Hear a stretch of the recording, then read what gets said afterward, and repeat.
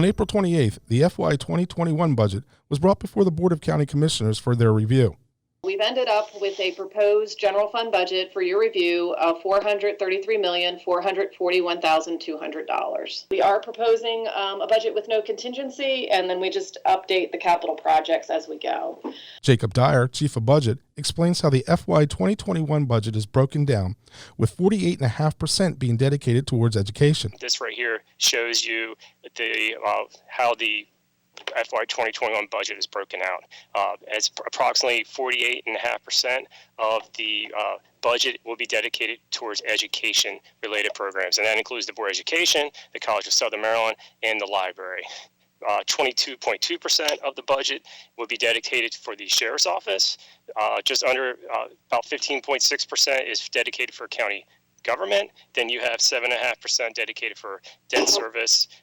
Other agencies of $14 million, which is about 3.2% of the budget, those other agencies, as well as the education and the Sheriff's Office, are the agencies' budgets that we're reviewing today with the commissioners.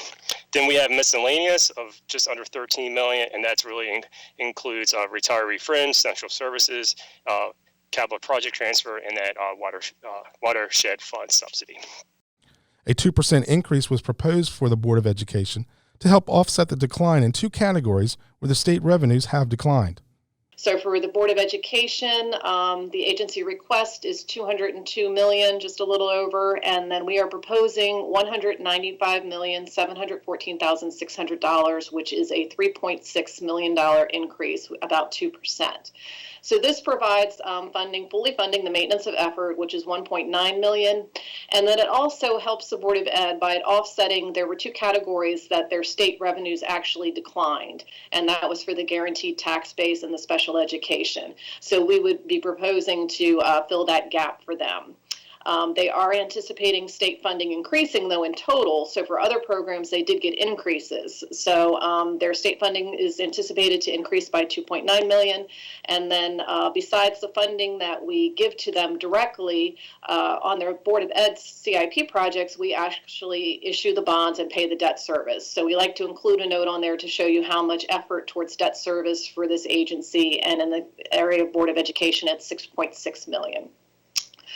So the Board of Education is requesting an additional $6.3 million from the county based on their revised request. So we actually did get a revised request from the Board of Education, which was a little bit lower than what the commissioners had seen when they last met with the Board of Ed, which I believe was sometime in February. The Sheriff's Office proposed a 1.7 increase over the adopted FY 2020 budget. We will be reviewing the Sheriff's Office FY 2021 proposed budgets.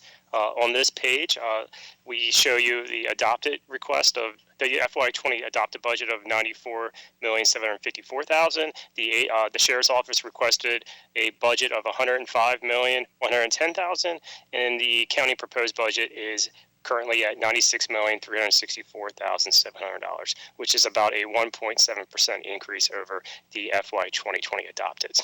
In the proposed budget, it includes a 5% COLA for our sworn officers. Our sworn officers, per the county code, are legally tied to the state police pay scale. The governor's budget includes a 5% COLA on July 1, 2020 for the state police. Therefore, this budget was increased to match this action. Additionally, the budget includes funding to support the grant application request for 2 additional school resource officers in our school system. It also transitions 2 employees who support the VIX program to the general fund that are currently funded under a special revenue fund. We also would like to point out that the county's debt service payment for the Sheriff's Office vehicles and equipment that are bank financed is approximately $1 million. These are not included in these numbers. That is included in the debt service budgets. The funding that's in the proposed budget, which is just over $2 million, is for vehicles and equipment, is to be determined by the Sheriff's Office, assuming that the proposed budget is approved. Additionally, in other items in the county proposed budget that's not in the Sheriff's Office is funding for OPEB, which is other post-employment benefits, as well as the Sheriff's Office. These fundings, which are increasing, are included in the central services budget. The FY 2021 budget also includes one-time funding from our reserves at $513,200. Just as an FYI, the FY 2020 budget actually included just about $2.3 million in one-time funded reserves, because our reserves were very healthy last year, so we were able to provide them for one-time needs in FY 2020. If you exclude the fund balances, the actual percent change for the sheriff's budget, if you exclude the one-time items, is actually a 3.6% increase over the FY 2020 budgets. The request greater than proposed, the Sheriff's Office is requesting an additional $8,745,300 from the county, and those include 7 additional sworn officers, a total of 11 correctional officers, just under 39 FTE new civilian positions. They are also requesting to reclassify some of their current positions to a higher grade, and they are also requesting about $3.8 million more in operating costs. Additionally, in his requested budget also included about $450,000 in budget reductions that we were able to reduce by working with the Sheriff's Office to deal with the COVID-19 pandemic to help us offset our failing revenues. It was suggested that funding for the College of Southern Maryland be decreased from last year's budget due to funding given in 2020 for their financial system software. The College of Southern Maryland is requesting $10,165,200. We are proposing to fund them at $9,921,200. It is a decrease from last year, but as I said, that's because in last year's budget we did fund their financial system software, so we gave them funding towards that. So we are going to continue to meet our maintenance of effort funding for this agency, and I believe the college has also submitted a video for your review. The library has requested for additional funding in their budget. There's a $50,000 difference due to COVID-19. Library's FY 2021 budget and the proposed budget of $4,431,600 includes additional funding of $18,600 to support the full year impacts of the merit received in FY 2020. It also increased funding for healthcare costs. Their employees utilize our health and dental program through Human Resources. It also in the library's budget includes $55,000 from the state. The state is providing more support for their operations. Based on the request versus proposed, there is a $50,000 difference, and that is basically due to COVID-19. The state's attorney's office has requested a $44,600 increase from last fiscal year. This increase includes funding for 2 attorney positions. Next, we have the state's attorney's office request on page 16. The state's attorney requested $5,307,800. Our proposed budget is $4,580,200, which is a $44,000 $600 increase from the last fiscal year. And this increase includes full year impact of salaries as well as 2 attorney positions that were approved during the FY 2020 budget. So the state's attorney did have some additional new requests, and I believe they'll be outlined in the video that Carol is prepared to play. The health department request includes a funding increase. The increase is to help fund a new environmental health assistant director position, and to help offset this, cost savings were found within the health department budget. The health department request, the FY 2021 proposed budget of $2,863,000 includes a funding increase of 1.7% over the FY 2020 adopted.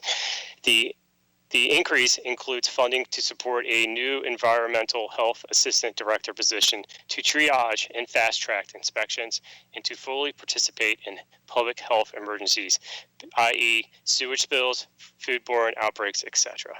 That had an increase larger than the $47,500. However, to help offset this cost, we were able to find some savings within the health department. The $25,000 of county funds that was originally allocated for Narcan will now be allocated differently as the state now provides the funding for the Narcan. We are also were able to find $15,000 of operating costs that the county pays on behalf of the health department, and we were able to reduce those costs to current trends to help support this new position. In addition, the FY 2020 budget included a one-time salary supplement of $4,500, and this will be reallocated to support this new position. There were other requests that is not in the proposed budget, totaling an additional $76,500, and that includes another $44,000 in funding to support a 2% COLA for their employees, as well as $20,000 to hire a consultant to analyze data and write a 5-year plan to address health disparities in the county. And last, there was a $12,500 part-time sanitarian request to assist with the straw ban that will begin in January 2020. A decrease was proposed for the circuit court. The main reason for the decrease is because of one-time funding that was given in FY 2020. Next, we have the circuit court budget. The circuit court requested funding of $1,810,100. We are proposing $1,699,600. The proposed budget for the election board has increased 16% over FY 2020. Included are equipment costs and the potential increase in election board judges due to the presidential election. The FY 2021 proposed budget for the election board. The proposed budget currently is $1,822,400, which is a $252,000 increase over the FY 2020 adopted, or 16%. Included in this proposed budget is the county shares of the State Board of Elections equipment cost, which was increased based on the state's projections of costs. The state has a massive list of that they show what the counties are to pay, and then it's based on a calculated formula. There is also an increase in the Board of Education budget to give raises to their employees. The budget provides additional salary increases for their employees. Their employees are actually state employees, but funded by the county. It also includes an anticipated increase in election board judges due to the presidential election. It also includes one-time funding from fund balance reserve of $46,100. If you exclude this one-time funding, the percent change goes from 16% to a 13% increase. There was one item that is not included in the proposed budget, and that was the request for additional rental space for use by the election judges, training, storage, and packing election kits. The Department of Social Services proposed a $600 increase over last year's budget. It was proposed that this request be fully funded. The Department of Social Services proposed budget for next year is $324,600. It's a $600 increase over last year, and that basically is just an adjustment for some fringe benefits for a supplement that we pay for them.